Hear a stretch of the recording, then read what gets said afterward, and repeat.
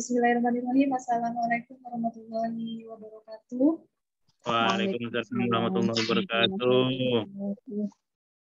Waalaikumsalam warahmatullahi wabarakatuh.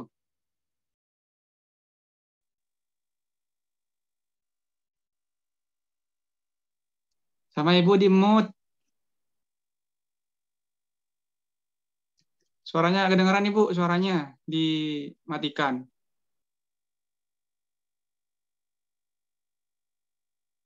Nah, izin Ibu masih belum di-unmute.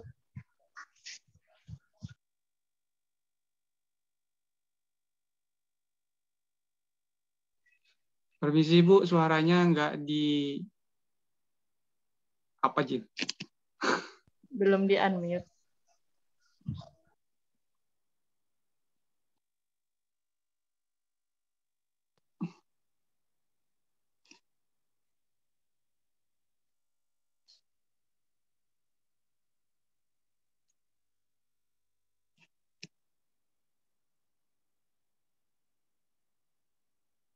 Suaranya kedengaran Ibu, suaranya nggak kedengaran. Nggak ada suaranya, Bu.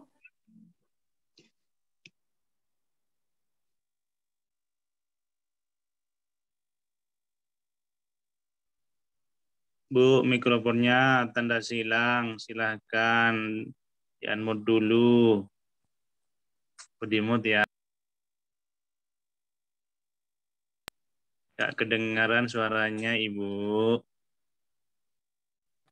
Ke-mute, Bu. Nggak kedengeran. Ibu bener caca ke TV jadi ah. Ke kamu, aku suaranya kedengeran nggak, Mas? Kamu nyaring suaranya, senyaring-nyaringnya. Ya udah, makasih, Besti. Ranyeng Mbak Yeng. Ayo mau tak ngeding kok. Apa jelas saya kayak dengerin langsung kok. Ibu cuma gerakan saja. Pantomim ya. Halo Ibu, angkat tangan, angkat tangan. Jangan. Ibu dengar nggak ya suaranya kita?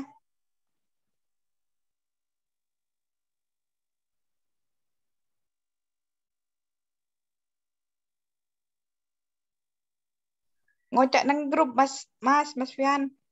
Testing. Itu langsung Bevi tak kedengaran suaranya Bevi. chat saja. Zoom.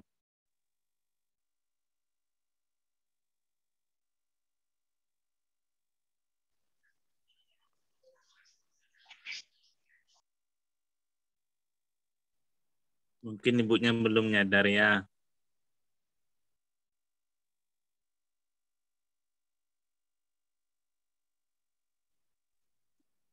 Nah. Halo. Nah. Baru kedengeran. Oh, dari tadi baru terdengar Ibu. Ya, dari tadi nggak kedengeran Ibu suaranya. Halo. Baru kedengeran, Bu. Tes. Sekarang menggema Ibu suaranya.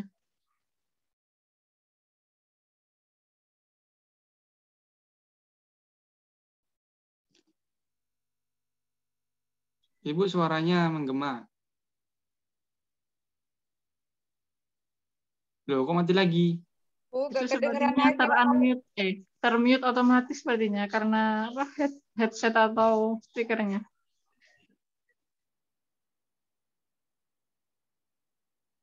Astagfirullah, Mega. Mas Ega ngapain, Mas?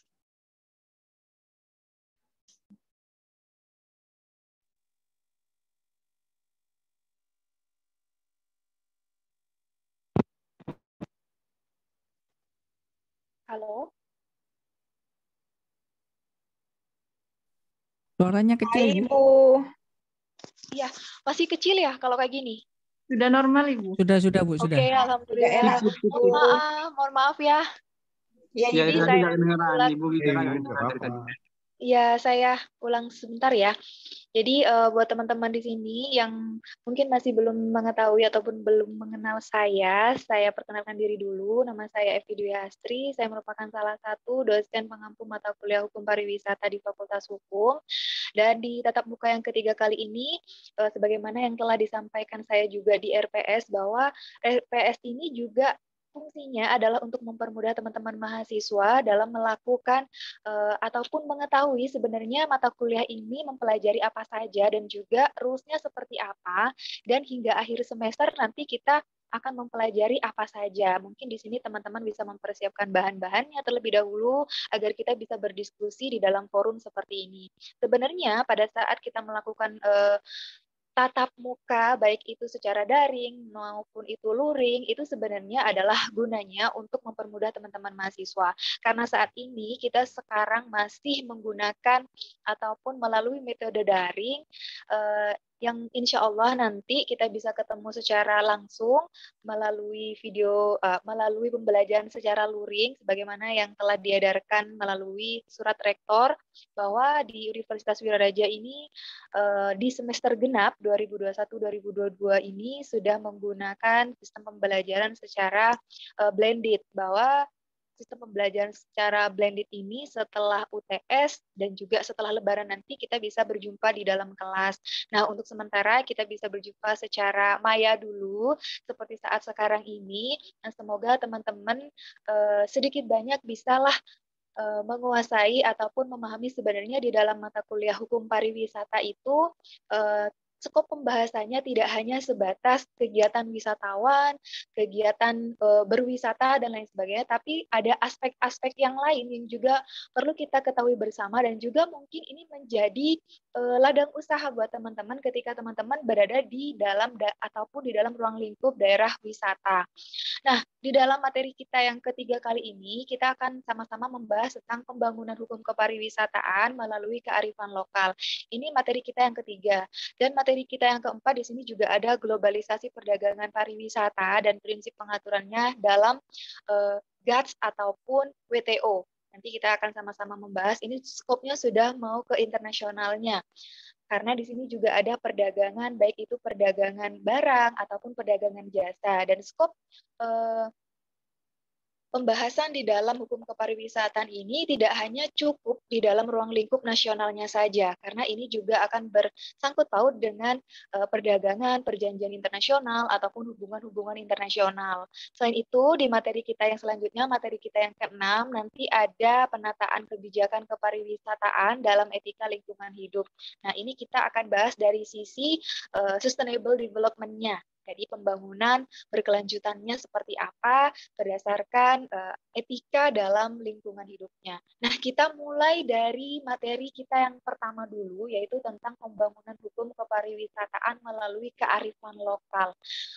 Bapak Ibu mahasiswa di sini mungkin sudah akrab ya dengan kata ataupun kalimat kearifan lokal ini. Sebenarnya apa sih kaitannya kepariwisataan dengan kearifan lokal? Kenapa di sini memiliki korelasi yang cukup berpengaruh terhadap perkembangan hukum kepariwisataan itu sendiri? Nah, di sini saya membaginya menjadi 3 item. Yang pertama, kita akan mempelajari nanti mulai dari kearifan lokal dan juga kebudayaannya, kearifan lokal dalam pelestarian dan juga pengembangan pariwisata, dan yang terakhir ada kontekstualitas kearifan lokal dalam era globalisasi. Nah, teman mahasiswa, tentunya di sini kalau kita sudah mengetahui ya sebenarnya apa sih yang dikatakan sebagai kearifan lokal. Nah, ini saya pisahkan antara kearifan lokal dan juga kebudayaan. Mungkin di sini ada yang masih rancu, sebenarnya kearifan lokal ini sama nggak sih dengan kebudayaan? Nah, di sini pendapat dari Suryanto bahwa kearifan lokal ini adalah unsur dari kebudayaan. Ya, unsur dari kebudayaan berarti kearifan lokal ini adalah bagian dari kebudayaan itu sendiri. Kebudayaan ya daerah yang potensial dan teruji kemampuannya hingga saat ini. Selain itu, di sini juga ada definisi-definisi dari beberapa pakar, misalnya dari Semadi Astra dan Haryati Subadio. Sehingga di dalam kearifan lokal ini bisa kita simpulkan, ataupun local wisdom, kita biasa juga mengenalnya ini dengan istilah local wisdom, ya, bahwa kearifan lokal ini merupakan pengetahuan, kepandaian, kecerdikan, dan kebijaksanaan yang dikembangkan oleh suatu kelompok masyarakat setempat yang dalam hal ini terhimpun dari pengalaman panjang, serta dan ini memiliki kesinambungan yang utuh bahwa yang dipergunakan ini adalah untuk menanggulangi suatu masalah. Jadi bukan tidak mungkin dengan melalui kearifan lokal ini adanya permasalahan, konflik, dan juga sengketa itu dapat diselesaikan melalui cara-cara kearifan lokal yang seperti ini. Kategori kearifan lokal ataupun local wisdom secara substantif ini di sini ada 3 hal yang mencakup. Yang pertama adalah konsep-konsep itu sendiri, kepercayaannya, filosofinya, dan juga ideologinya. Selain itu juga ada metode atau cara mengedepankan rasa, makna, rasional, etika, dan juga humanis. Yang ketiga ada kategori tentang arah dan tujuan yang ingin diwujudkan seperti keberlanjutan dan kelestarian alam. Nah, ini juga ada kaitannya dengan materi kita yang ketiga, bahwa kearifan lokal ini juga memiliki kontekstualitas dengan apa yang dikatakan pembangunan berkelanjutan dalam etika lingkungan hidup. Nah, saya jelaskan secara singkat saja dari ketiga sub pokok secara substantif ini dari kearifan lokal itu sendiri, bahwa yang dikatakan sebagai kategori tentang lingkup kearifan lokal yang terdiri dari konsep-konsep, ritual, kepercayaan, keberagaman, pantangan, ini adalah sifat-sifat yang abstrak. Artinya hal ini tidak bisa dilihat secara kasat mata. Keberadaannya adalah abstrak. Nah, bagaimana cara kita bisa mengetahui tentang adanya filosofi, ideologi dari kearifan lokal? Nah, kita sebagai masyarakat Sumeneb ya, kita tidak akan tahu secara sendirinya dengan adanya kearifan lokal di daerah Nusa Tenggara. Misalnya, di daerah Nusa Tenggara di bagian A. Karena apa kita tidak bisa mengetahui dengan sendirinya? Karena adanya filosofi, ideologi, konsep-konsep itu hanya diketahui secara universal oleh masyarakat daerah itu sendiri. Lalu bagaimana kita masyarakat Indonesia untuk mengetahui hal itu? Nah, kita posisikan di sini sebagai seorang wisatawan. Kalau kita ataupun memposisikan diri kita di sini sebagai seorang wisatawan, sebagai pelaku usaha, ataupun sebagai investor nantinya di daerah-daerah yang memiliki potensi untuk melakukan pembangunan kepariwisataan, kita bisa mengetahuinya dengan cara-cara seperti apa.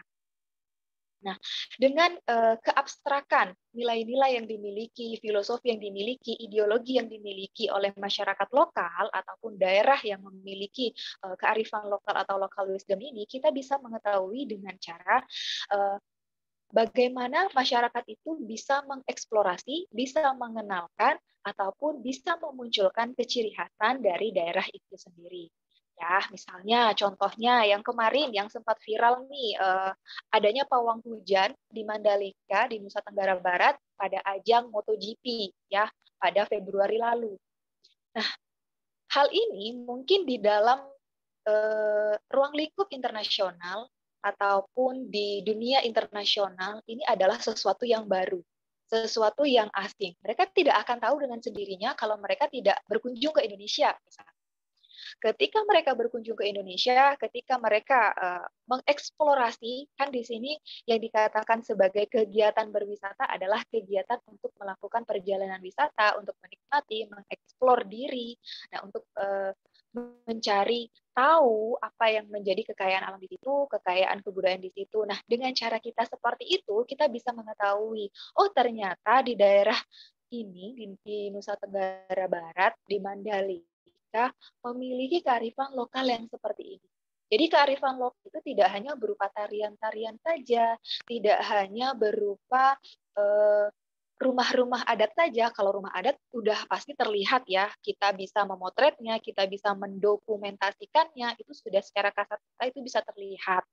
Contohnya di Bali dengan bangunan-bangunan yang identik dengan pura, identik dengan ciri khasnya di sana dengan ukiran-ukiran patung-patung di Bali, itu sudah menandakan bahwa Bali memiliki ciri khas yang seperti ini. Beda halnya dengan di Nusa Tenggara Barat, bahwa bangunan-bangunan ciri khasnya itu misalnya adanya kerucutnya ataupun ada rumah panggung dan lain sebagainya. Itu menandakan juga, tapi itu adalah sifatnya tidak abstrak. Nah, beda halnya dengan konsep-konsep, nilai-nilai, filosofi, dan juga ideologi yang dimiliki. Nah, itu ya.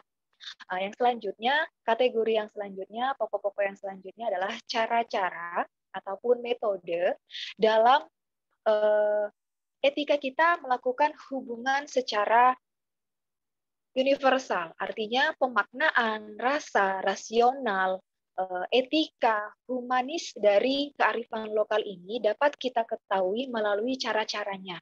Contohkanlah di sini masyarakat Sumeneb, ya masyarakat Sumeneb baik itu Madura secara universal tanpa terkecuali Sumeneb, misalnya ada juga di Bangkalan, Pamekasan, Sampang, masyarakat Madura secara umum ya.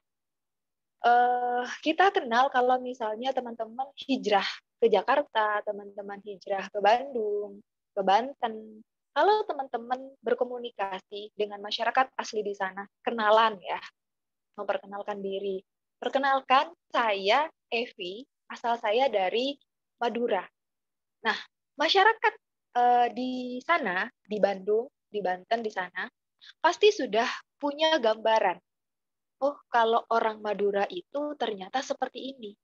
Mereka pasti akan punya keseganan. Karena mereka sudah tahu bahwa ciri khas orang Madura itu seperti ini. Bahwa ciri khas orang Madura itu keras, misalnya. Ciri khas orang Madura itu egosentris. Ciri khas orang Madura itu tidak mau dikalahkan, misalnya. Itu adalah sifat-sifat mendasar. Nah, itu bisa kita lihat melalui cara-cara kita, bagaimana kita berhubungan ataupun berkomunikasi. Itu sudah bisa kita rasakan. Nah, itu yang dimaksud ya. Yang selanjutnya adalah kategori tentang arah dan juga tujuan yang ingin diwujudkan, seperti keberlanjutan dan kelestarian alam, pengetahuan jati diri masyarakat susila, keseimbangan dan harmoni, dan juga pengokohan spiritual. Kategori tentang arah dan tujuan yang ingin diwujudkan ini adalah menjadi tujuan dari kearifan lokal itu sendiri. Kearifan lokal, seperti yang saya bilang tadi, bahwa kearifan lokal tidak hanya pada tarian-tariannya saja, bangunan-bangunannya saja, tapi kita bisa melihat dari ritual-ritualnya, upacara-upacara adatnya. Nah, itu melalui hal itu ini merupakan suatu tujuan yang ingin disampaikan melalui kearifan lokal ataupun local wisdom yang dimiliki oleh masing-masing daerah itu. Sebenarnya apa? Misalnya saya contohkan di Bali ya. Di Bali identik dengan berbagai macam upacara. Di sana ada upacara mingguan, ada upacara hari-hari tertentu ya. Di sana pasti ada ritual-ritual yang dilakukan.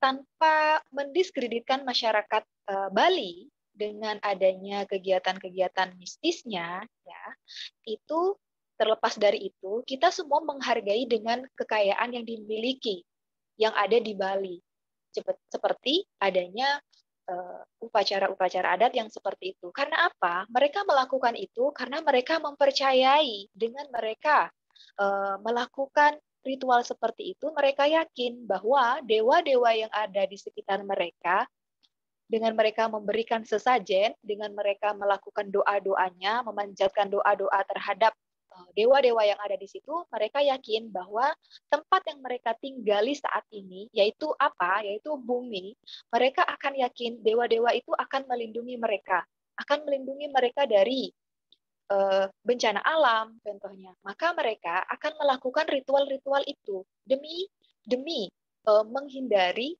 adanya bencana alam itu. Maka itu merupakan salah satu bentuk dari kearifan lokal yang ditunjukkan melalui adanya ritual-ritual ataupun upacara-upacara itu. Nah, itu secara substantif pokok-pokok isi kearifan lokal yang mencakup 3 kategori. Saya lanjutkan ke hakikat kearifan lokal. Hakikat kearifan lokal ataupun unsur-unsur dari kearifan lokal di sini ada 5 yang bisa saya rangkum. Yang pertama, kita bisa melihat dari kemampuan kearifan lokal ini dalam bertahan. Bertahan dari apa? Dari derasnya globalisasi saat ini. Karena apa? Kearifan lokal yang pada hakikatnya merupakan warisan dari nenek moyang yang tidak akan pernah luntur, ya, tidak akan pernah hilang, meskipun itu diterpa oleh berbagai macam pengaruh dari luar negeri, dari barat, dan budaya-budaya asing yang mulai masuk ke Indonesia, merasuki kultur-kultur di Indonesia dan merubahnya sedikit demi sedikit. Tapi pada hakikatnya hal ini tidak bisa serta-merta lalu dihapuskan ataupun dipengaruhi dengan adanya kebudayaan ataupun budaya yang masuk dari luar itu. Nah, itulah ciri khas dari kearifan lokal. Karena kalau kearifan lokal yang memang hakiki ini tidak bisa dihapus ataupun tidak bisa delete ataupun tidak bisa dilunturkan oleh budaya-budaya yang masuk dari luar. Selanjutnya, di sini ada kemampuan untuk mengakomodasi unsur-unsur budaya dari luar. Kenapa di sini saya mengatakan bahwa ini adalah kemampuan untuk mengakomodasi. Karena pada hakikatnya, kearifan lokal ini dapat melakukan sebuah kolaborasi dan juga elaborasi. Jangan salah ya, bagi masyarakat lokal seperti Bali yang hingga saat ini, meskipun saat ini Indonesia sudah banyak menggunakan ataupun banyak beralih pada yang awalnya itu dilakukan secara konvensional, sekarang bisa dilakukan dengan cara-cara inkonvensional, tapi masyarakat Bali tetap kental dengan kearifan lokal yang mereka miliki. Tapi di sini masyarakat Bali tidak tertinggal ternyata. Justru masyarakat Bali bisa kaya dengan kearifan lokal itu sendiri. Ya, itu kenapa saya bilang bahwa kemampuan untuk mengakomodasi ini merupakan kekuatan dari kearifan lokal itu sendiri melalui cara berkolaborasi dan juga berelaborasi itu sendiri. Yang ketiga, unsur yang ketiga ataupun hakikat yang ketiga adalah mempunyai kemampuan untuk mengintegrasikan unsur-unsur budaya luar ke dalam budaya asli. Ini yang saya bilang bahwa dengan melakukan kolaborasi dan juga elaborasi, semuanya bisa bersinergi. Ya, memiliki kemampuan untuk mengendalikan. Ini adalah sifat ataupun hakikat yang benar-benar hakiki dari kearifan lokal adalah mampu untuk mengendalikan budaya luar. Dan ini tidak bisa dinafikan bahwa kebudayaan dari luar yang begitu mempengaruhi pola berpikir, pola hidup, tingkah laku manusia, dalam hal berkomunikasi, dalam bersikap juga, dalam melakukan sebuah keputusan, mengambil keputusan, itu juga mempengaruhi. Tapi apabila masyarakat lokal itu memang benar-benar memegang teguh kearifan lokal yang dimiliki, mereka tidak akan tergerus oleh budaya-budaya yang dari luar itu. Selanjutnya di sini juga kemampuan untuk memberikan arah pada perkembangan budaya.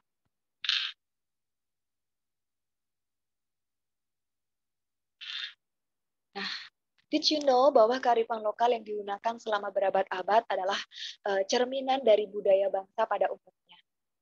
Di mana hal ini mampu untuk memberikan kemakmuran, ekonomi, dan juga spiritual bagi suku bangsa sejak tahun 1945.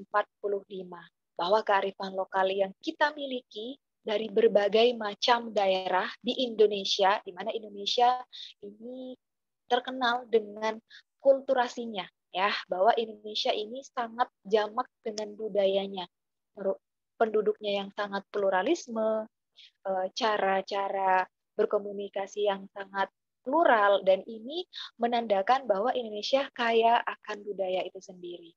Kita bisa lihat dari ketujuh unsur kebudayaan secara universal yang ada di semua kebudayaan di dunia tanpa terkecuali di Indonesia juga.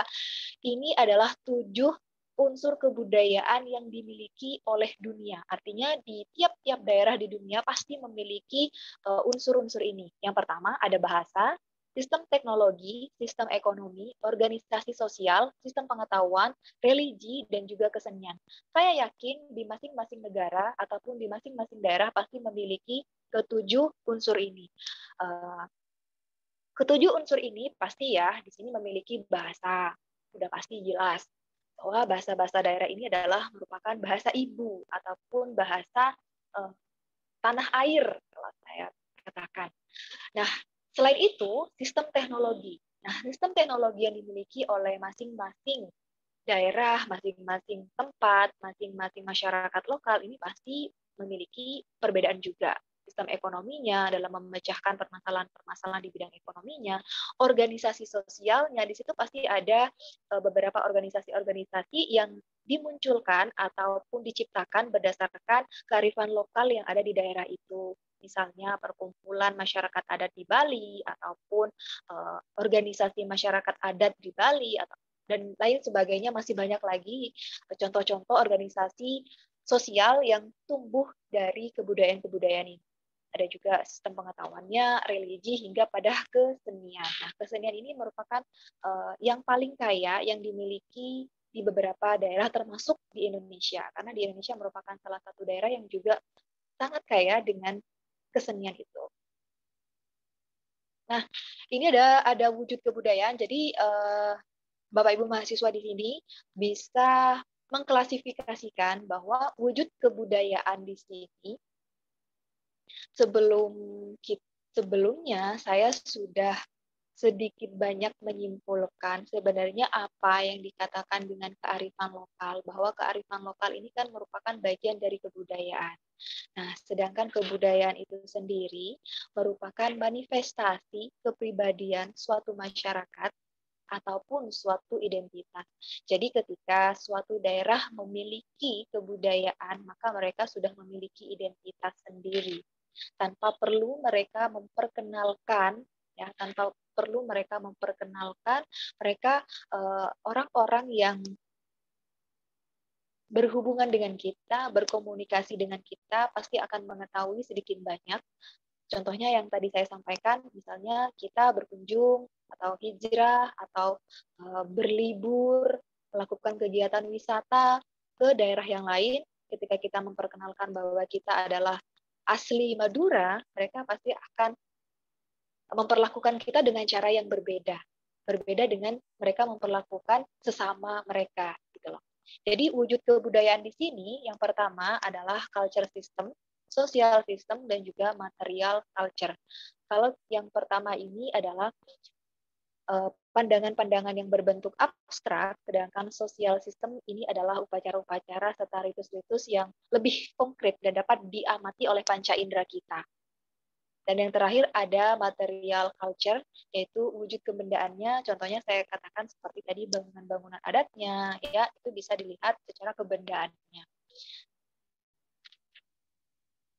Oke, nah ini adalah kearifan lokal dalam format makro kebudayaan. Saya singkat aja. Kearifan lokal dalam format makro kebudayaan. Kenapa di sini kearifan lokal menempati pada posisi lapisan terdalam, sehingga di posisi kedua ataupun lapisan kedua setelah kearifan lokal ini ada sistem pengetahuan tradisional, dan lapisan terluar adalah kebudayaan. Kenapa? Karena di sini seperti yang saya katakan bahwa kearifan lokal ini merupakan bagian dari kebudayaan, karena di sini diselimuti oleh kebudayaan semuanya. Kearifan lokal, sistem pengetahuan tradisional, ini semuanya dibalut oleh kebudayaan. Sehingga yang dapat tergerus terlebih dahulu adalah kebudayaan itu sendiri. Jadi kearifan lokal ini merupakan bagian yang amat sangat mustahil, ya.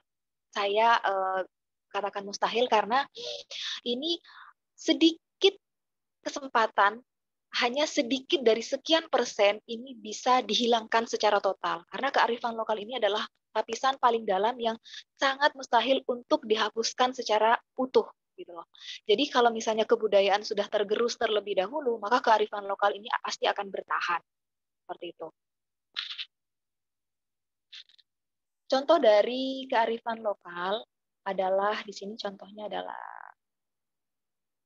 folklore, ya. Ini ada folklore, mungkin teman-teman di sini juga sudah pernah membaca ataupun menyimak salah satu folklore yang ada mungkin di YouTube, ya. Folklore ini adalah cerita rakyat yang sebagian kebudayaan itu diwariskan secara turun-temurun, tapi ini disampaikan melalui lisan ke lisan. Jadi tidak semuanya itu disampaikan melalui secara tertulis, ya. Kalau di dalam hukum kan ada hukum tertulis, ada hukum tidak tertulis. Nah, di dalam kearifan lokal ini juga demikian. Nah, tidak semuanya yang dicatatkan di dalam sebuah kitab misalnya itu adalah kebudayaan, tidak semuanya. Jadi apapun itu yang disampaikan secara lisan ke lisan, tapi itu tetap dipegang teguh hingga saat ini, itu merupakan bagian dari kearifan lokal dan juga kebudayaan itu. Contohnya adalah folklore itu sendiri. Nah, folklore itu sendiri ini sifatnya adalah tradisional, tapi memiliki varian-varian yang berbeda. dan bentuknya amat sangat standar. Ketika mereka menyampaikan dari lisan ke satu ke lisan yang lain, tapi ini tidak diketahui siapa sih pengarangnya, siapa yang menciptakan cerita rakyat ini, pertama kali siapa yang menciptakan, itu tidak ada yang mengetahui. Tapi hingga saat ini cerita-cerita rakyat itu tetap ada. Biasanya ini disampaikan pada saat dongeng-dongeng, pada saat acara-acara tertentu. Kalau di Bali ya, kalau di Bali misalnya kisah Sinta dan Hanoman itu terus disampaikan karena di dalam cerita rakyat ini ataupun folklore ini ada pesan moral yang ingin disampaikan. Meskipun sifatnya itu adalah pralogis, artinya folklore ini tidak bisa apabila kita bandingkan ataupun kita selaraskan dengan logika kita secara umum. Karena logika kita secara umum adalah menghendaki apa yang real, apa yang nyata. Ketika kita melihat bahwa ada manusia yang jatuh cinta terhadap manusia setengah kera seperti Hanoman, itu sudah tidak masuk di akal. Itu nggak ada di dunia nyata. Nah, hal-hal yang in logika seperti ini, yang pralogis seperti ini, ketika kita bandingkan, ini memang tidak akan pernah bisa masuk akal. Maka dari itu, salah satu sifat dari folklore ini adalah sifatnya yang pralogis. Tapi ada pesan moral yang ingin disampaikan dari cerita itu. Karena itu, ini sering digunakan ataupun sering disampaikan pada acara-acara misalnya perhelatan ataupun acara-acara pernikahan, acara-acara hiburan, pendidikan, biasanya ini disampaikan di sekolah-sekolah. Nah, selanjutnya di sini juga ada kearifan lokal dalam pelestarian dan pengembangan komoditi pariwisata. Sebagaimana materi yang saya sampaikan pada minggu lalu bahwa kepariwisataan tidak hanya berbicara masalah pariwisata, kegiatan berwisata, dan semacamnya. Sebenarnya di dalam kepariwisataan kita bisa mengeksplorasi diri juga, mengeksplorasi daerah kita yang memang memiliki potensi untuk dikembangkan, bahwa di dalam hukum kepariwisataan ini juga kita bisa mempelajari dari sisi bisnisnya, dari sisi perdagangannya. Nah, kenapa di sini dapat dikatakan bahwa dalam pengembangan komoditi pariwisata, kearifan lokal ini sangat berperan. Ya, karena objek dan daya tarik wisata ini merupakan komoditi dari usaha pariwisata, sehingga objek dan juga daya tarik wisata ini adalah bentuk ataupun aktivitas dan fasilitas yang dapat menarik minat wisatawan. Melalui objek dan juga daya tarik wisata ini, kita bisa melakukan eksplorasi terhadap apa yang ingin kita promosikan ataupun apa yang ingin kita sampaikan kepada masyarakat luar. Sebenarnya Indonesia memiliki apa saja sih, sehingga perlu wisatawan-wisatawan asing ini untuk berkunjung ke Indonesia sehingga bisa menyokong ataupun membantu perekonomian ataupun pemulihan ekonomi saat ini pasca pandemi. Kenapa pada waktu itu saya sempat juga membahas pendapat dari Bapak Menteri, yaitu Bapak Sandiaga Uno dari Kemenparekraf, Kementerian Pariwisata dan Ekonomi Kreatif. Di sana juga beliau menyampaikan bahwa di tahun 2022 ini beliau dan juga Kementerian Pariwisata dan juga Ekonomi Kreatif menargetkan hingga 3 juta lebih wisatawan bisa berkunjung ke Indonesia, itu adalah targetnya. Jadi dengan dibukanya lagi akses bagi wisatawan asing, wisatawan mancanegara untuk berkunjung ke Indonesia, itu juga membuka kesempatan kita, peluang kita yang awalnya kita sudah lesu, mengalami keterpurukan di industri pariwisata. Saat ini saatnya kita bangkit melalui industri pariwisata untuk memulihkan perekonomian nasional. Nah, kontekstualitas. Nah, kita sudah sampai ke poin yang terakhir, yaitu kontekstualitas kearifan lokal dalam era globalisasi. Kalau kita berbicara masalah era globalisasi adalah era yang kekinian ya, era yang modern, era yang saat ini lagi happening. Seperti apa yang dikatakan sebagai era globalisasi? Semuanya serba digital. Semuanya sudah hijrah ke cara-cara inkonvensional. Semuanya sudah serba maya, semuanya sudah tanpa batas tempat dan waktu lagi. Kita bisa mengakses informasi apapun, kita bisa melakukan transaksi apapun melalui satu alat, yaitu handphone, melalui internet, dan lain sebagainya. Itulah kenapa kearifan lokal ini sangat berperan penting dalam memelihara kearifan lokal dan juga kebudayaan yang dimiliki di Indonesia. Yang pertama di sini adalah sebagai filter ataupun sebagai penyaring dari pengaruh modernisasi dan globalisasi. Selain itu, di sini kearifan lokal juga dapat memberikan arah pada perkembangan kebudayaan nasional, karena kita juga tidak bisa menutup mata bahwa kebudayaan-kebudayaan itu juga tidak akan terekspos dengan sendirinya tanpa melalui promosi-promosi yang dilakukan di media sosial, di media elektronik, dan lain sebagainya. Karena kita juga membutuhkan pasar, ya. Jadi Indonesia sebagai negara yang kaya akan budaya, kultur, kekayaan alamnya juga, pasti kita butuh pasar di sini. Nah, pasar di sini biar bisa banyak orang yang mengunjungi Indonesia sebagai objek wisata mereka, bagaimana kita bisa melakukan sebuah kolaborasi dan juga elaborasi itu sendiri seperti yang saya katakan tadi. Nah, selain itu juga sebagai alternatif dalam proses penyelesaian sengketa. Nah, kenapa ini saya masukkan ke dalam alternatif penyelesaian sengketa, seperti yang saya sampaikan di awal tadi, bahwa ketika kita identik ataupun kental seseorang dengan keciri khasan daerahnya, misalnya masyarakat Bali dengan masyarakatnya yang sangat humanis, ya, mereka pasti akan menyelesaikan suatu permasalahan dengan cara-cara yang humanis pula, tanpa terkecuali juga di Madura misalnya. Tanpa kita nafikan juga bahwa di Madura identik dengan masyarakat yang egosentrisme tinggi, ya, bahwa dalam menyelesaikan permasalahan ini kadang dilakukan dengan cara-cara kekerasan, misalnya carok, ya. Mereka dalam melakukan ataupun mengeksekusi suatu permasalahan, baik itu di daerahnya, baik itu perdata, pidana, dan lain sebagainya, yang masih kental dengan kearifan lokalnya, pasti mereka menyelesaikan dengan egosentrismenya itu melalui cara-cara seperti carok. Mohon maaf, di sini juga ada dukun, ya. Itu kadang ada yang masih menggunakan cara-cara seperti itu. Dukun, paranormal, dan lain sebagainya itu masih digunakan hingga saat ini.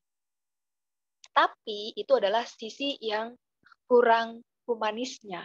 Tapi kalau kita memandang dari sisi yang lebih humanis, bahwa ini bisa diselesaikan melalui cara-cara alternatif di luar cara litigasi itu sendiri. Karena tidak mungkin semua perkara, semua sengketa itu diselesaikan melalui jalur meja hijau.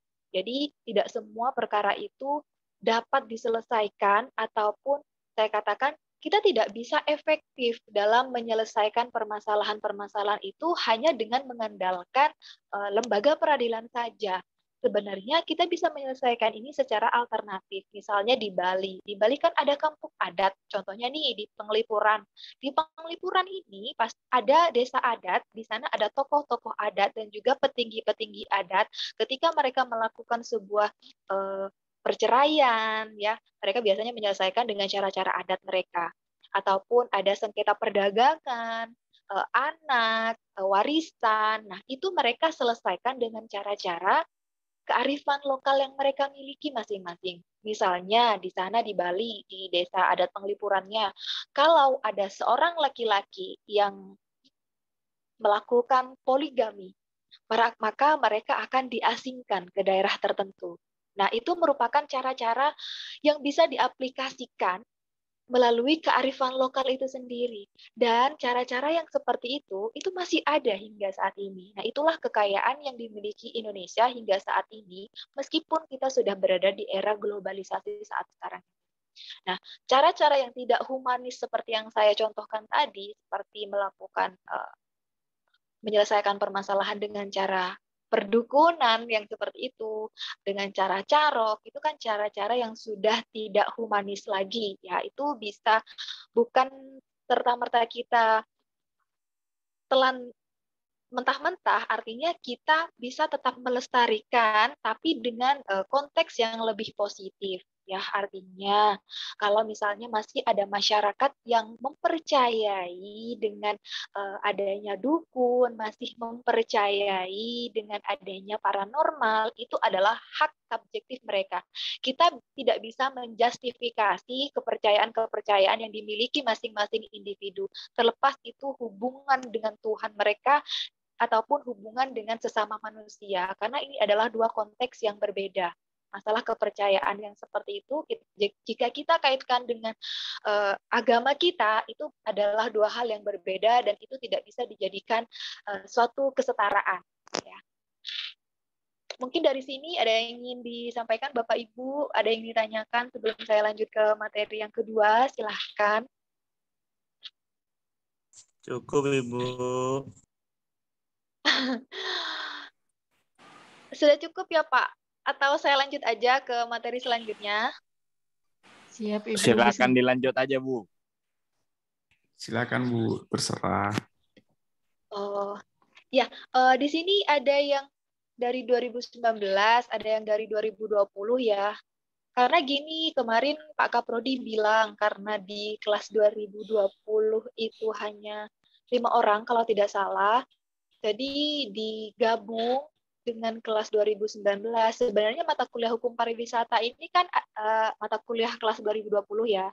Jadi ini digabung dengan kelas dengan adik tingkat, yaitu angkatan 2020.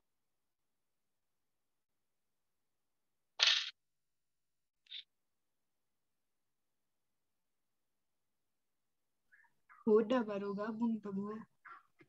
Gimana, Mbak? Udah. Iya, itu dari tadi nggak bisa gabung katanya, Bu.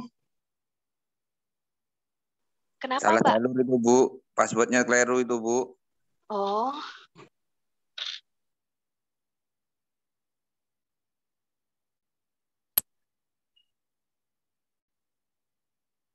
Mungkin aplikasinya minta diupdate. Bu, yang saya masuk sudah, Bu. Alhamdulillah. Lewat pintu samping ya, Dek? Lewat mana, Mas? Masuknya lewat mana, Mas? Orang dalam, Bu, orang dalam. Oh. Lewat jalur malaikat, Bu. Mogok kita telur kampung barusan, Bu. Wow. Bagus juga ya, Mas, ini jaringannya.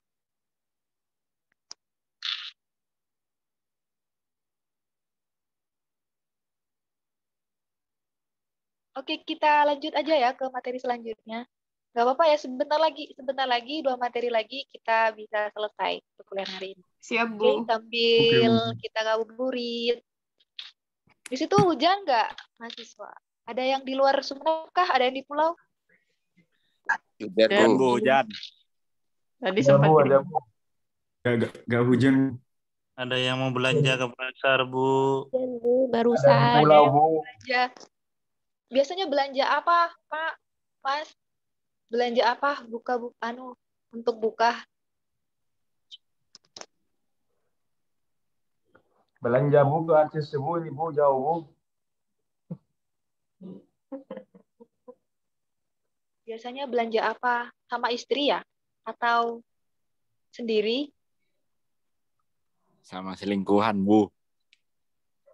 Wah.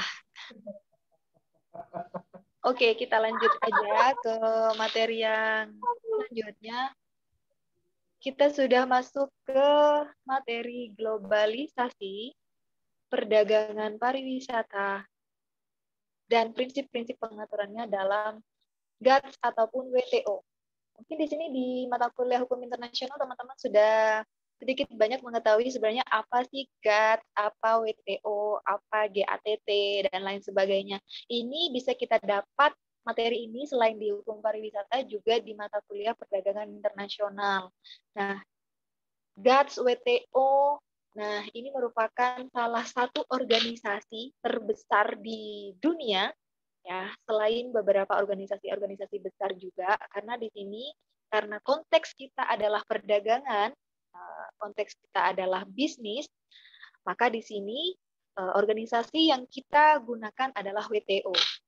World Trade Organization. Jadi World Trade Organization ini adalah organisasi internasional khususnya di bidang perdagangan yang lahir tahun 1994, di mana Indonesia pada tahun itu juga telah menundukkan diri ataupun menjadi bagian dari negara-negara yang telah menyepakati adanya ataupun pembentukan WTO ini. Di WTO ini ataupun World Trade Organization ini merupakan organisasi perdagangan dunia ataupun organisasi perdagangan internasional. Melalui WTO, masyarakat internasional secara universal, baik itu Indonesia sebagai negara, salah satu negara yang juga menyepakati ataupun meratifikasi adanya prinsip-prinsip ataupun pengaturan dari perjanjian WTO ini, Indonesia telah meratifikasi ke dalam Undang-Undang Nomor 7 Tahun 94. Jadi Indonesia secara tegas sudah meratifikasi ke dalam undang-undang nasional. Nah, ini kenapa bahwa globalisasi ini dalam perdagangan jasa pariwisata dalam GATS WTO-nya ini juga perlu kita pelajari dalam mata kuliah hukum pariwisata. Jadi scope discussion kita yang pertama adalah globalisasi perdagangan jasa pariwisata. Kalau yang kemarin kita sudah sedikit banyak membahas tentang industri pariwisata, sebenarnya industri pariwisata itu tidak hanya berupa destinasi wisata saja. Nah, kita sekarang sudah semakin memecah nih. Tidak hanya industri-industri pariwisata di bidang destinasi wisatanya saja, tapi sekarang kita sudah masuk ke perdagangan jasa pariwisata. Kalau kita sudah berbicara jasa pariwisata, pasti kita juga menyangkut pautkan hal ini dengan adanya GATS General Agreement on Trade in Service. Di dalam GATS ataupun General Agreement on Trade in Service ini ada beberapa hal yang juga menjadi tujuan dalam perdagangan jasa, karena GATS ataupun General Agreement on Trade in Service ini kan adalah perdagangan jasa ya, karena di sini konteks kita adalah jasa yang diperdagangkan, jasa yang dipergunakan dalam perjanjian internasional, jasa yang digunakan dalam transaksi perdagangan internasional, maka di sini yang digunakan adalah melalui GATS, di mana GATS ini merupakan kesepakatan secara multilateral dari banyak negara, di mana Indonesia juga menjadi salah satu negara yang menyepakati adanya GATS ini, yang pernah dihasilkan. GATS ini adalah pertama kali organisasi di bawah naungan WTO yang pernah dihasilkan dan punya dasar hukum serta pengaturannya itu yang mengatur perdagangan di bidang jasa. Jadi di bidang jasa adalah GATS di bawah WTO. Nah, kalau kita melanjutkan tentang konsep globalisasi, ya, konsep globalisasi perdagangan jasa, sebenarnya apa sih keterkaitannya? Kenapa jasa diperdagangkan? Karena pada konsepnya perdagangan jasa ini tidak hanya terjadi dalam skala nasional saja. Hal ini bisa terjadi dalam skala internasional. Nah, kita mulai ataupun kita runtut dari konsep globalisasi dulu. Di sini ada yang mendefinisikan, Anthony mendefinisikan bahwa globalisasi ini pada pokoknya bukan hanya sekedar fenomena ekonomi saja, karena globalisasi ini berkaitan dengan transformasi ruang dan juga waktu. Sedangkan Hendra mengatakan bahwa gejala globalisasi dalam bidang perekonomian ini terjadi dalam kegiatan finansial, produksi, investasi, dan perdagangan. Yang mana kemudian hal ini mempengaruhi terhadap hubungan ekonomi antar bangsa. Kalau kita sudah berbicara masalah hubungan ekonomi antar bangsa, pasti di sini ada produk, ada penawaran, ya, ada jasa yang ingin dijadikan sebagai objek dalam melakukan bisnis itu. Jadi di dunia ini ciri globalisasi yang pertama, bahwa dunia ini akan semakin sempit, akan terasa semakin sempit, karena kita sudah tidak ada batas ruang dan waktu. Kita mau lihat apapun di daerah Austria misalnya, di daerah Eropa, kita bisa langsung tahu. Kita bisa searching, kita bisa mengeksplor di internet, apapun kita sudah bisa mengetahui. Nah, itulah kenapa di sini ciri globalisasi adalah dunia ini semakin sempit.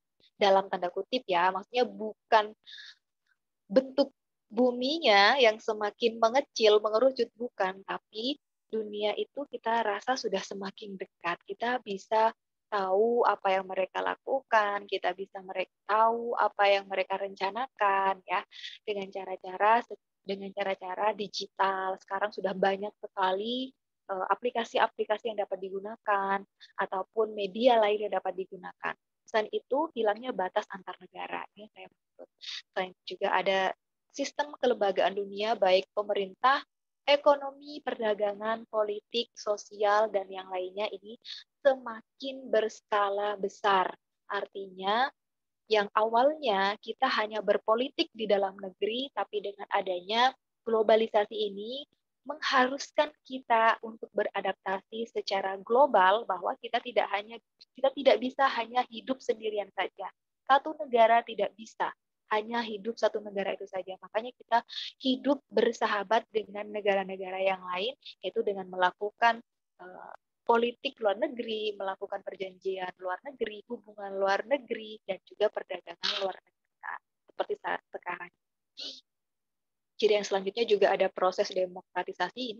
Ini tidak dapat dibendung lagi dalam segala aspek kehidupan karena peranan individual ini akan semakin kuat.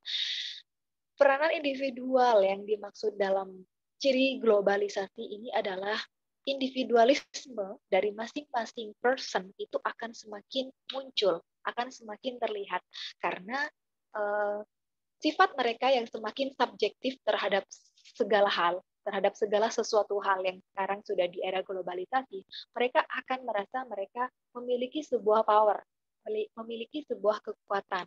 Jadi dengan mereka sudah mengetahui apa yang akan mereka rencanakan saat ini dan untuk beberapa masa yang akan datang, mereka merasa mereka sudah memiliki power. Jadi sifat keindividualisme mereka akan semakin kuat. Inilah proses demokratisasi yang tidak dapat dibendung lagi untuk segala aspek kehidupan.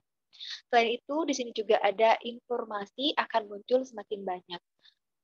Dulu, sebelum adanya internet, kita hanya tahu informasi-informasi di daerah sekitar kita saja.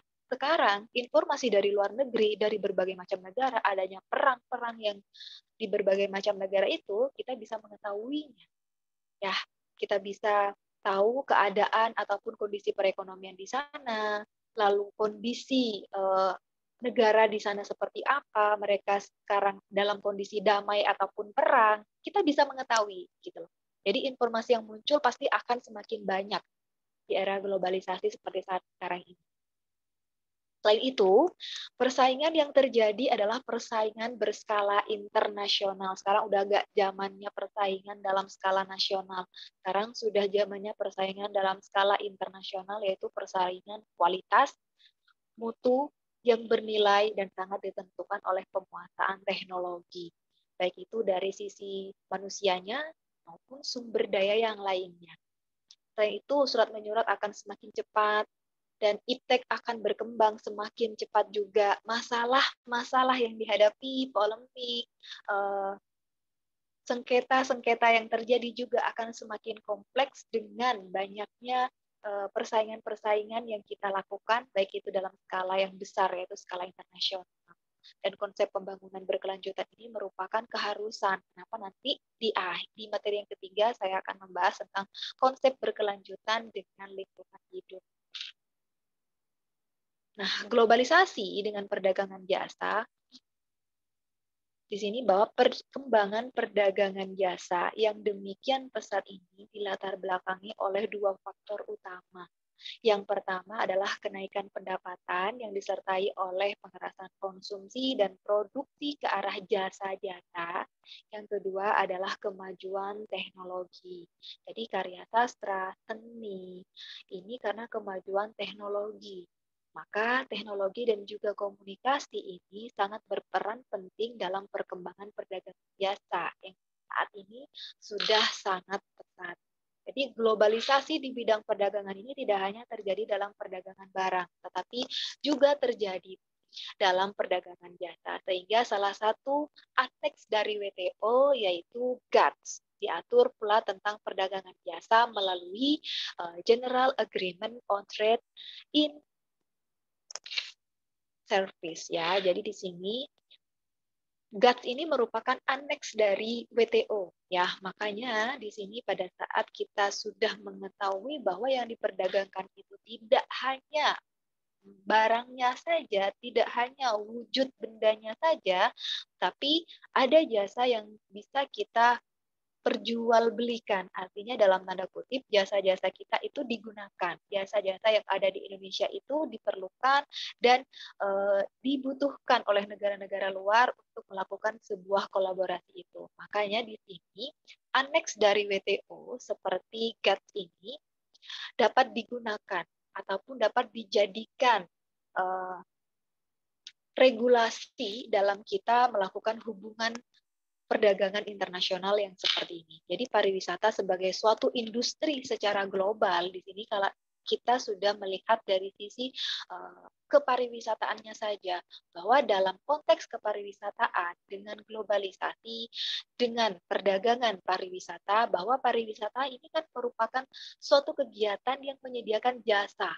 Tidak hanya destinasi wisatanya saja, tidak hanya barang-barangnya saja, tapi di sini juga ada pelayanan jasanya juga. Seperti jasa informasi, jasa yang lainnya. Dalam perdagangan jasa pariwisata ini melibatkan berbagai macam aspek kehidupan, seperti ekonomi, budaya, sosial, agama, keamanan, dan aspek-aspek kehidupan yang lainnya. Kaedah-kaedah hukum internasional tentang pariwisata ini kita bisa lihat dalam pasal 13 Universal Declaration of Human Rights, bahwa pernyataan umum tentang hak-hak asasi manusia ini tentang kaedah-kaedah hukum internasional yang berkaitan dengan kepariwisataan di dalam pasal 13 ini. Di dalam Universal Declaration of Human Rights juga ada Tourism Bill of Rights dan Tourist Code sidang ke-6 World Tourism Organization pada tanggal 17 hingga 26 September di Bulgaria. Ini adalah kaidah-kaidah yang dijadikan acuan dalam kita melakukan kegiatan kepariwisataan, baik dalam jasa pariwisata ataupun di luar jasa pariwisata. Selain itu juga ada The Hague Declaration on Tourism, Global Code of Ethics for Tourism, biasa kita sebut dengan Global Code. Jadi Global Code ini merupakan salah satu kaedah-kaedah hukum internasional yang juga berkaitan dengan kepariwisataan yang dapat dijadikan sebagai sumber regulasi dalam menentukan kebijakan-kebijakan kepariwisataan, baik itu di Indonesia ataupun di negara yang lainnya. Ruang lingkup perjanjian perdagangan jasa pariwisata dalam GATS WTO. Nah, di sini kita sudah masuk ke dalam ruang lingkup perdagangan jasa pariwisata dalam ruang lingkup GATS WTO, di mana GATS ini merupakan aneks dari WTO, yang mana berdasarkan pasal 1 GATS, yang mana menjelaskan adanya trade in service adalah meliputi penyediaan jasa. Karena penyediaan jasa di sini tidak hanya sekedar memberikan pelayanan saja, tapi bagaimana kita bisa berkontribusi untuk meningkatkan pendapatan, untuk semakin memperbanyak income terhadap penerimaan negara, kas negara melalui industri pariwisata yang saat ini terjadi. Nah, yang dimaksud dengan jasa-jasa ataupun servis-servis itu dalam perjanjian ini, dalam perjanjian di dalam GATS WTO ini memuat 3 dokumen penting. Yang pertama, dokumen yang memuat serangkaian kewajiban dasar yang berlaku terhadap semua negara. Dokumen yang memuat komitmen negara, ini biasanya kewajiban-kewajiban negara atau national schedule untuk memperlancar proses liberalisasi perdagangan jasa. Selain itu juga ada lampiran ataupun aneks perjanjian yang menetapkan keadaan-keadaan khusus mengenai sektor-sektor jasa pada setiap negara anggota GATT ataupun General Agreement on Tariff and Trade. Jadi selain GATT sebagai aneks dari WTO, di sini juga ada aneks yang lain, yaitu ada GATT, General Agreement on Tariff and Trade. Jadi di dalam General Agreement on Tariff and Trade ini sebenarnya yang diatur adalah untuk mengurangi hambatan perdagangan internasional melalui tarif dan juga subsidi. Ya, jadi di sini ada penyelesaian dalam permasalahan perdagangan jasa itu melalui pengurangan hambatan perdagangan internasional melalui tarif dan juga subsidi. Prinsip-prinsip pengaturan perdagangan jasa pariwisata dalam GATS WTO, di sini ada 7 prinsip yang digunakan dalam melakukan perdagangan jasa, khususnya jasa pariwisata. Jadi ruang lingkup jasa di sini kita kerucutkan dalam ruang lingkup kepariwisataannya saja, karena kalau kita sudah berbicara masalah perdagangan jasa di skala yang lain ataupun di skop yang lain itu sudah pasti berbeda. Ini adalah prinsip-prinsip ataupun aturan-aturan yang memang digunakan oleh masyarakat internasional, khususnya juga Indonesia sebagai salah satu negara yang menyetujui dan ikut berkontribusi dalam mensukseskan program-program dari WTO dan juga GATS ini sebagai aneks dari WTO. Yang pertama ini ada prinsip MFN, prinsip national treatment, prinsip pengakuan, prinsip transparansi, prinsip pembayaran dan transfer internasional, prinsip market access, ya, dan juga prinsip liberalisasi progresif. Pengaruh globalisasi terhadap pembangunan pariwisata. Oke. Dalam menghadapi globalisasi, ya, globalisasi perdagangan jasa termasuk di bidang pariwisata, hampir seluruh negara saat ini memberikan perhatian yang sangat besar. Karena perlu kita ketahui juga, rekan mahasiswa, bahwa industri pariwisata merupakan industri terbesar bagi masing-masing negara dalam hal apa? Dalam hal memperlancar, meningkatkan, dan memberikan kontribusi terhadap peningkatan perekonomian nasional di masing-masing negara itu. Pengembangan potensi pariwisata, khususnya di masing-masing negara. Sehingga persaingan untuk mendapatkan pangsa pasar di pasar wisatawan mancanegara ini semakin bertambah tajam. Oleh karena itu, para pelaku pariwisata, para pengusaha-pengusaha di bidang pariwisata ini berusaha untuk menangkap kecepatan informasi yang ada, termasuk informasi di bidang hukum kepariwisataan, baik dalam hukum nasionalnya maupun hukum internasionalnya. Dari sini ada yang ditanyakan? Mahasiswa, silahkan. Cukup, Ibu.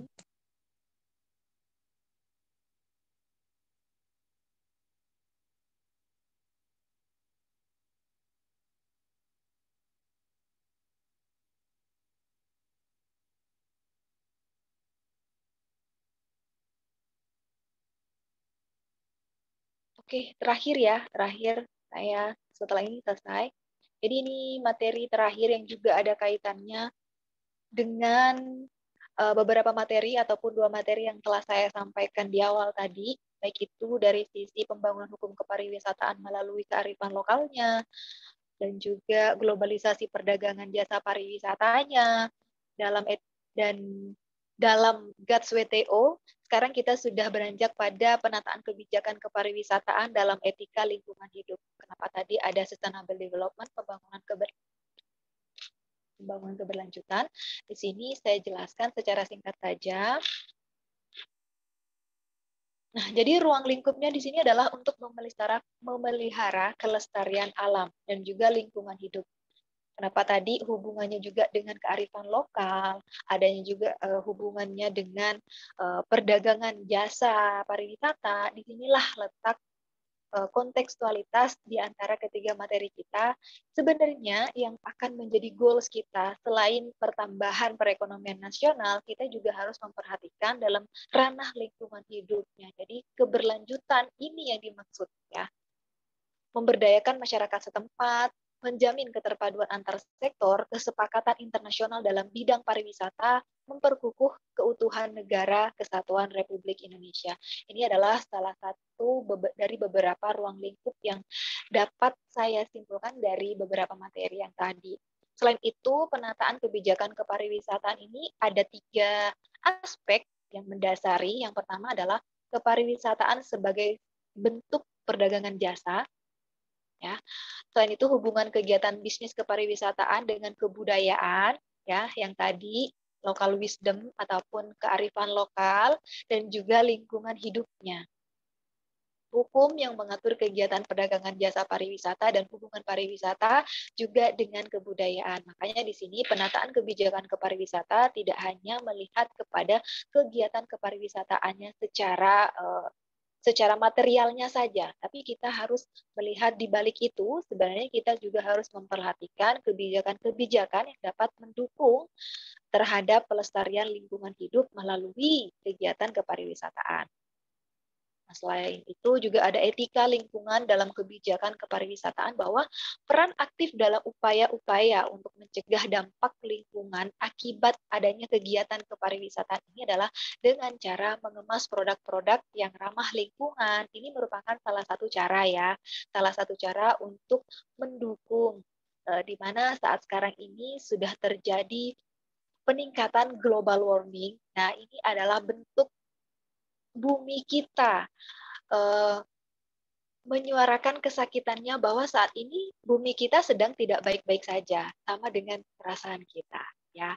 Bahwa apabila kita sudah berada tempat tinggal, kita sudah tidak baik-baik saja, bagaimana kita bisa melakukan aktivitas kita? Bagaimana kita bisa eksis lagi dalam mengeksplor lingkungan kita, dalam mengeksplor kekayaan yang kita miliki sementara bumi kita sedang tidak baik-baik saja. Maka dari itu, etika kita dalam melakukan hubungan dengan alam kita, dengan tempat tinggal kita, itu adalah melalui kebijakan kepariwisataan di bidang etika lingkungannya.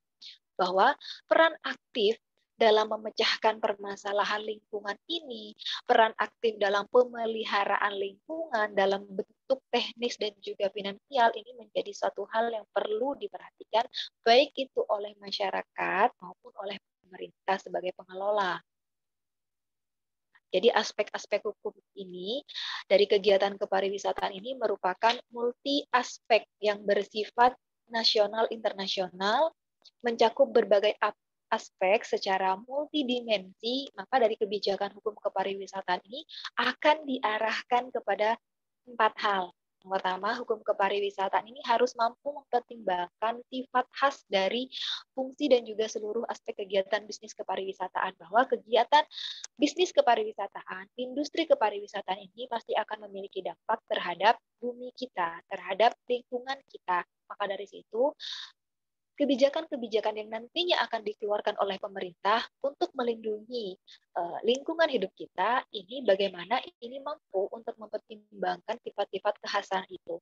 Nah, selain itu, ini juga harus mampu membangun suatu sistem hukum, mampu membangun tradisi bisnis yang baru, yang lebih bijak dalam melakukan etika kita dengan lingkungan kita. Selain itu, mampu membangun lingkungan, etika, dan aktivitas bisnis yang lebih kondusif. Ini ada jenis investasi dari aspek pelakunya, ada autonomous investment, ada induced investment, ya. Selanjutnya di sini ada prinsip-prinsip penyelenggaraan kepariwisataan. Dalam menjunjung tinggi norma agama dan juga nilai-nilai kebudayaan sebagai pengejawentahan dari konsep hidup dalam keseimbangan hubungan antara manusia dan juga Tuhannya, hubungan antara manusia dengan manusia, dan hubungan antara manusia dengan lingkungan, ini adalah menjadi salah satu konsep ataupun prinsip-prinsip dalam penyelenggaraan kepariwisataan. Tidak hanya cukup hubungan kita dengan sesama manusia. Jadi di dalam kepariwisataan itu yang diperhatikan tidak hanya bagaimana kita dapat menghasilkan pendapatan yang sebesar-besarnya, yang sebanyak-banyaknya dari kegiatan kepariwisataan itu. Sementara hubungan kita dengan Tuhan kita tinggalkan, hubungan kita dengan lingkungan kita abaikan. Itu tidak elok. Maka etika kita bagaimana dalam kita bisa melakukan keseimbangan dari ketiga aspek ini. Nah, selanjutnya adalah menjunjung tinggi hak asasi manusia, keragaman budaya, dan juga kearifan lokal itu tadi. Memberi manfaat untuk kesejahteraan rakyat, keadilan, kesetaraan, dan proporsionalitas. Nah, ini kita bisa lihat di dalam Undang-Undang Nomor 10 Tahun 2009 tentang kepariwisataan, ada beberapa asas-asas dalam penyelenggaraan kepariwisataan. Ya, di sini ada asas manfaat, kekeluargaan, adil, keseimbangan, kelestarian, keberlanjutan. Nah, ini yang saya maksud adalah keberlanjutan.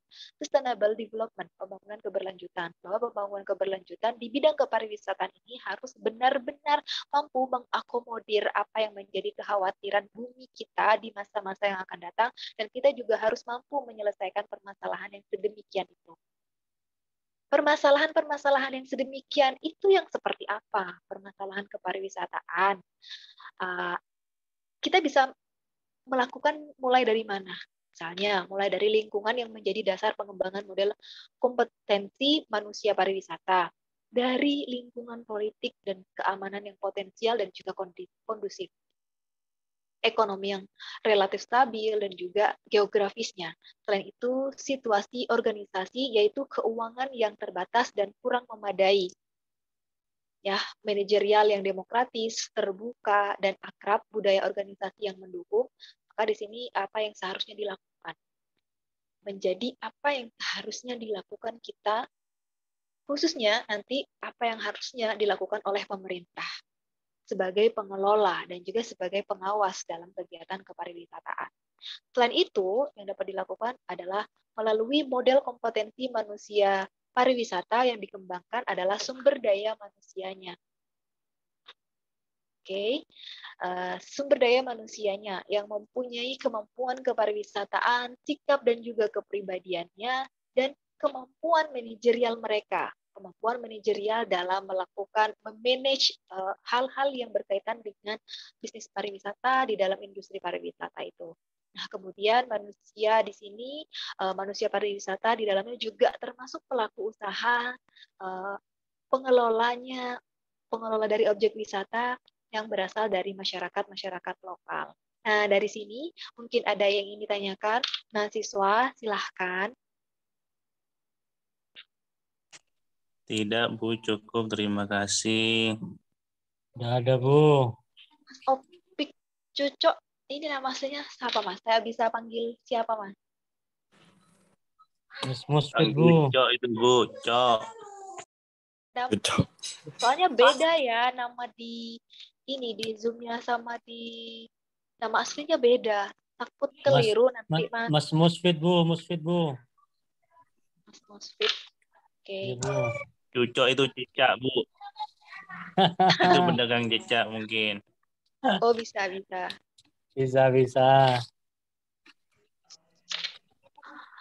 Oke, jika tidak ada yang ingin didiskusikan, bisa kita akhiri perkuliahan sore hari ini. Semoga sedikit banyak bisa bermanfaat untuk teman-teman semua. Semoga puasanya lancar. Amin, Bu.